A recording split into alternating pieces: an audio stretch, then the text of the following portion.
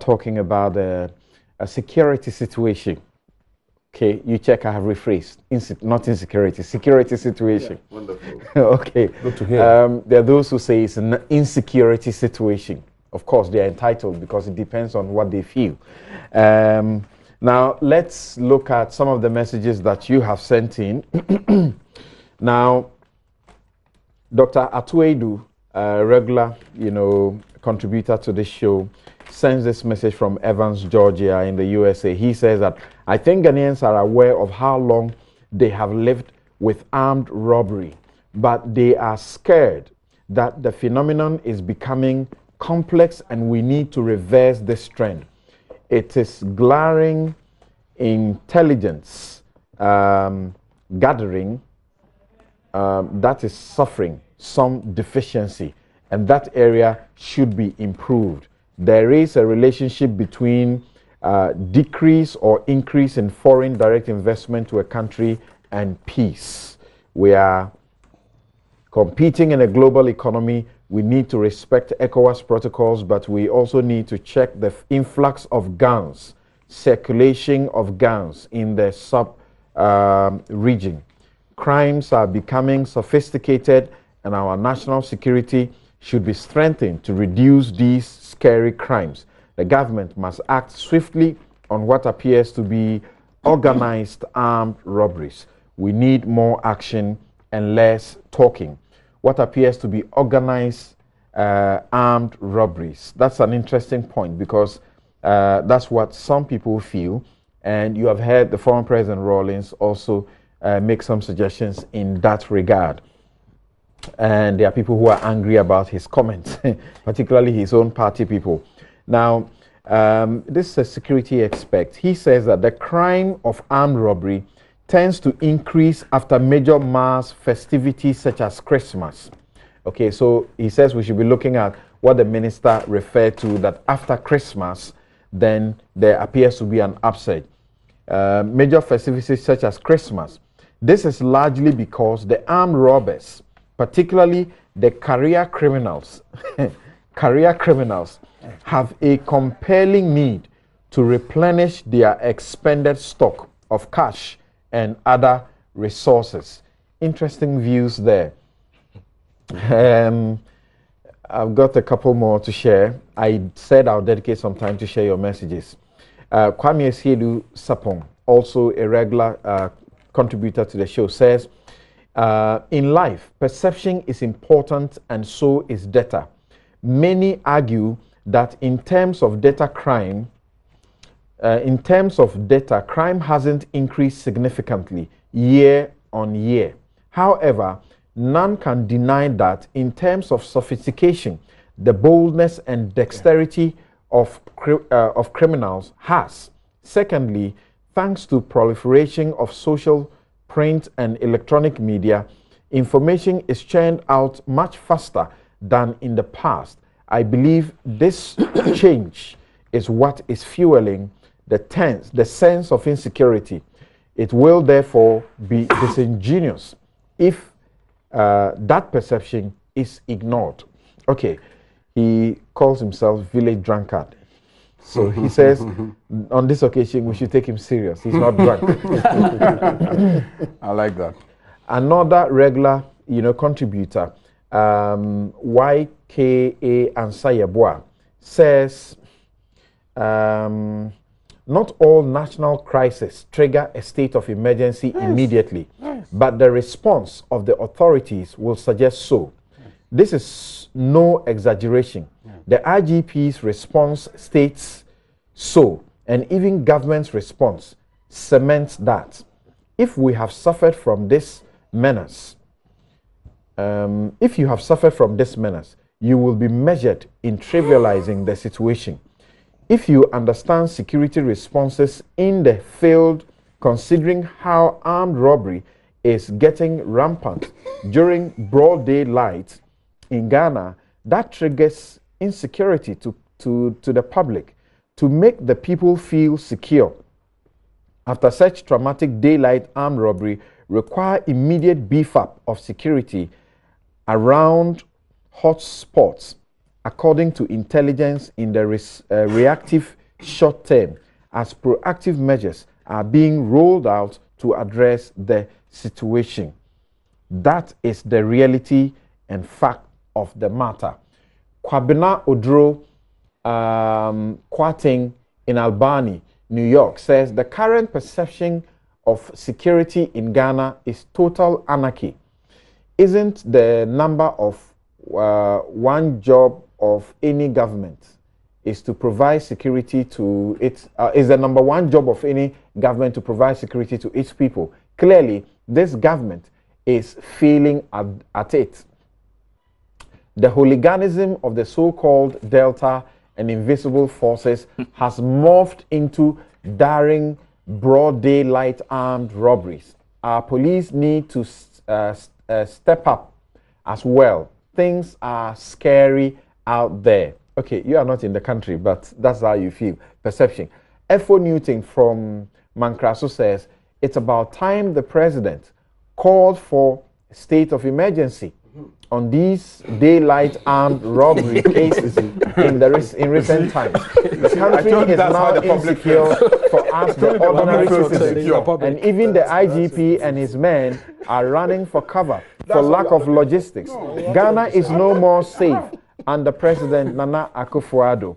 Kwame in UK says, listening to the minority, I feel almost insulted and cheated because they are meant to exhibit a level of responsibility by reassuring citizens while engaging and encouraging our police to do more to resolve the situation. Are we saying these crimes are peculiar to this government? A few years ago, under the NDC, it was almost impossible to get on a bus to Kumasi without being attacked by robbers. And even then, we didn't create this scary atmosphere. Our politicians need to be mature beyond this partisan rhetoric and focus more on helping create the Ghana we will all be proud of. As for our politicians, I remember when, like he said, traveling to Kumasi or to the north became an issue. I remember the political capital they made out of that. Musa Abattoir in Kumasi says the attempt to justify this damning and unprecedented level of insecurity we are witnessing today by Kweku Baku is not worrying, but it is insincere to do that. The fact is that the government led by President Akufo-Addo has totally failed in the security sector.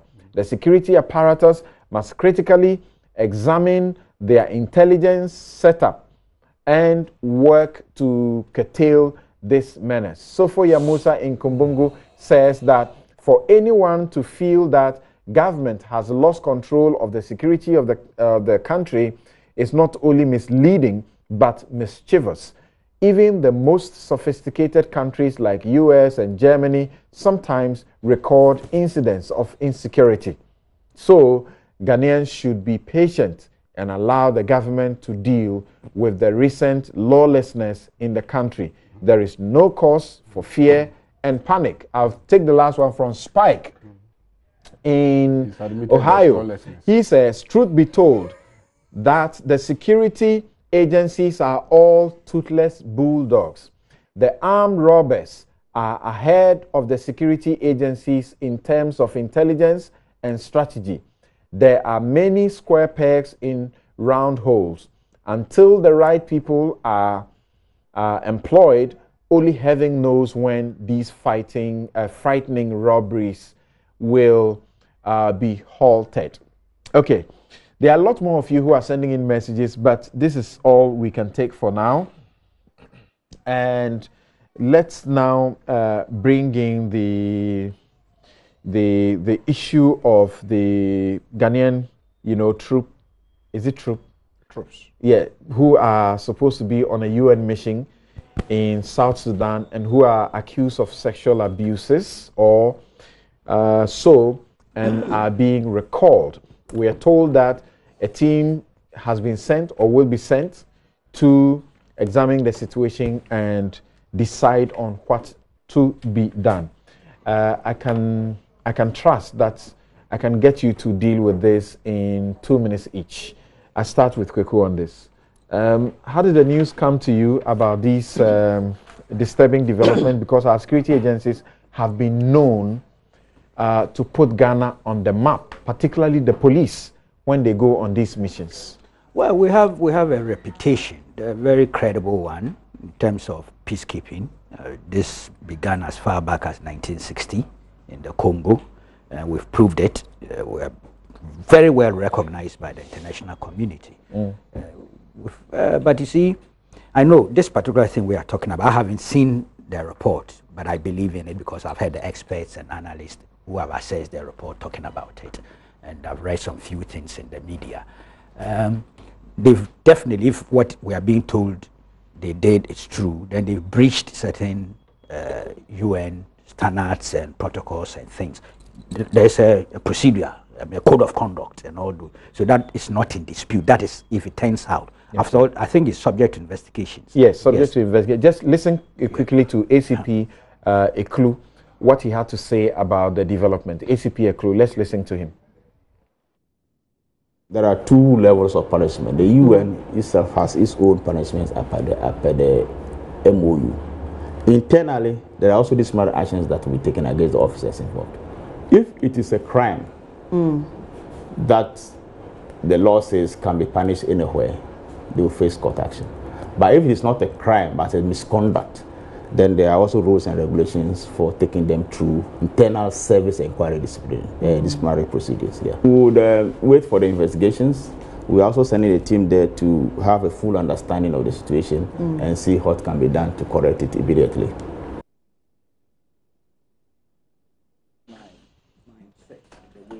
Thought things should be handled. So perhaps we should. You are focusing on conduct, which he says will be dealt with as a disciplinary matter. Yes. But if it is a crime where it is happening, then they'll be subject to I defer to court. him. What he's saying is the truth. I defer to him. Not as if it's not as if I'm so competent in terms of in those areas. Right. But this professional who is talking, I defer. The point really, yes, people in the police, the military will go on this, must exercise a certain level of discipline, okay? But sometimes the animal in us is so dangerous. You see, we have to find a way of taming the animal in us. We all have animals in us. The fact that you are a policeman or a soldier doesn't mean you don't have that animal in you. But of course, if you go out there, you are unable to discipline or tame the animal and you go and do this, you pay a price. I feel sorry because of the possible collateral damage that it may have on our reputation, which has been built over a long period. So to that extent, it's an unfortunate thing. I'm hoping investigations may not make it as big as it's looking at. No, it appears now, I hope, because as a Ghanaian, you know, I feel it. Okay, yes, right. Yes, Adam. Yes, for me, I think 2017, towards the latter part, December, a colleague of mine who also deals in intelligence, runs an NGO there, communicated to me in that specific province, the Waju area, that it looks like, officers over there were taking advantage of the women, sometimes as little as $1 and all that. But, well, they have complained to the UN, and therefore they were waiting for the UN to respond. And so I wasn't surprised when the UN, but as usual, the UN sometimes takes the time to do, and so the UN has come out. But the situation the example you gave, will that constitute abuse, where they are paying for sex? No, that will constitute abuse because you are in a conflict area and you've been sent there. And there's a commercial sex worker, so to speak, and you're giving when a state, around that area, there is serious conflict that's going. Yeah. And so these are not your everyday peacekeepers. These are, uniform officers who are armed and all that. And so it's suspected that you are not supposed to take advantage of, and around that time, those people are referred to as vulnerable within the UN's own description of those people. Certainly. And per the police and international standards, you are not supposed to go in there And, you know, sexual abuse and exploitation is one of the things that is international. It's not supposed to be done. All right. But it looks like somehow, we won't say all of them, somehow something might have happened. But I think I have information that the UN has agreed for, you know, the police administration requested to send 3 of their personnel to aid with the, to see what is going on so that they can report back to Ghanaians. There you have information that the UN has agreed for, you know, 3 of our senior police officers to go and aid with the investigation so that if it comes out that these people, some of them are culpable, they don't come back and say, no, I wasn't given a fair hearing. And so let's wait, let's not begin to, you know, throw more fuel into the fire. Hope that after the investigations, anyone who is guilty would be punished. I'm not sure, probably he being a lawyer will be able to tell us whether they will be punished because the crime would have been deemed to have been committed if they are guilty. The clue would have been committed in Sudan. Spoke to that, you know. yes. So what's it? Have we gone there already, or we are about to go? Because that was the indication that something will happen. Well, as you had Mr. Okulu said, when the incident happened, quickly the Ghana police communicated to the UN that indeed they wanted to send some personnel to assist or aid in the investigations. Approval has come, and they will leave it very soon. Now, the Ghana police has distinguished themselves creditably. They have a very, very high reputation when it comes to peacekeeping operations. And this has come as an unfortunate news. I'm saying news because the matter is yet to be investigated. It's an allegation. Yes, it's yet to, so I am careful not to draw conclusions now. Let's wait for the report to come in. And when the report comes in, you can be rest assured that the IGP has said it already. You heard Mr. Okulu said it. The appropriate sanctions or measures will be taken. So I want to leave it as it is for now and allow the investigations to go on. Okay, Zayaga. Well, I mean, I think that I would take the same position that investigations should take place, but such acts definitely are condemnable. Vulnerable populations should not be taken advantage of, especially by people who should be protecting them under any UN peacekeeping arrangement. And it's not just happening in South Sudan, allegedly, but we also have a similar situation in Haiti involving Oxfam workers, and the international community is investigating. Even in those cases, there have been admissions, actually. There have been admissions, and Oxfam has come out to indicate how they are trying to overhaul and reform their systems to make sure that people who go to deliver relief in disaster settings don't take advantage of the people and exploit them. Syria and other places. So in all those places where there are vulnerable populations, and that vulnerability is created through a crisis and peacekeeping missions are sent, they should not be allowed to behave the way that they are alleged to have behaved. And so we should condemn them and urge the investigations to take place and make sure that the right thing is done. Ghana, like my senior Kokubako has indicated, I will say now actually exports policing service. We export policing service. We are a net exporter of policing service. Even though we have an internal policing problem, we tend to be a net exporter of policing service. And our commodity, which earns us some income, when we export it, can be damaged. The brand can be damaged by such behaviors. So we need to protect the brand so that next time that countries are requesting UN to send police and then they put Ghana on the list, the host country doesn't object, say this will come and harass the women in this city. As has been said, these are allegations that will be investigated, and the statement that was put out by the UN itself was to the effect that the United Nations mission in South Sudan has recalled a unit of police officers from WAU and confined them to base after a preliminary investigation into allegations of sexual exploitation. The UN mission has a zero tolerance, no excuse, and no second chances approach to sexual exploitation and abuse. Our priority is to put the victims' rights and dignity first and ensure that there is transparency and accountability for such actions. That is why the mission has taken immediate action to protect and support potential victims and witnesses in this case, while a full investigation is carried out. Maybe this last paragraph of the release.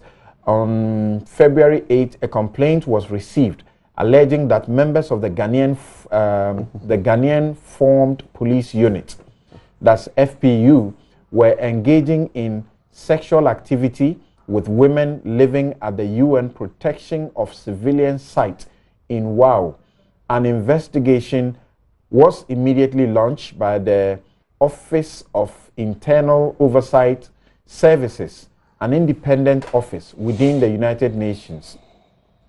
The special representative of the Secretary General, David Shearer, and other mission leaders were briefed on the preliminary investigations on the morning of the 22nd February. An immediate decision was made to remove the 46-member police unit from their duty stations inside the POC that afternoon. The unit was fully withdrawn from the base to Juba over the next 2 days. Now, so investigations are going on, even though preliminary investigations have led to the actions that have been taken. Now, we should be taking our very final break here and then return to ask the questions about the Jida matter that went to court and 2 persons were convicted and sentenced to jail. Now, in the wake of that, there are claims that there are bigger fishes that have been left off the hook that ought to be pursued.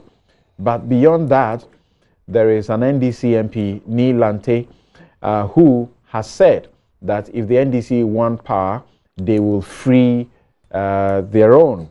And that has generated a lot of discussion. Of course, the NDC has issued a statement on that officially, denouncing those comments, but we'll look at them as well. And then we'll also look at the Obri Boahing leaked tape. Some say that is the end of his political career. People, including Kukubaku, say he should have resigned long ago rather than jumping from one media to the next. I ask the question, what is the value of comments that he says he manufactured them, they are lies, to get some information? And again, that the person who was speaking to him on the other line, who had recorded and put out this information, is actually out for blackmail, asking him to give money, and upon his refusal is releasing these tapes that seem to indict the Flagstaff House. We'll be right back.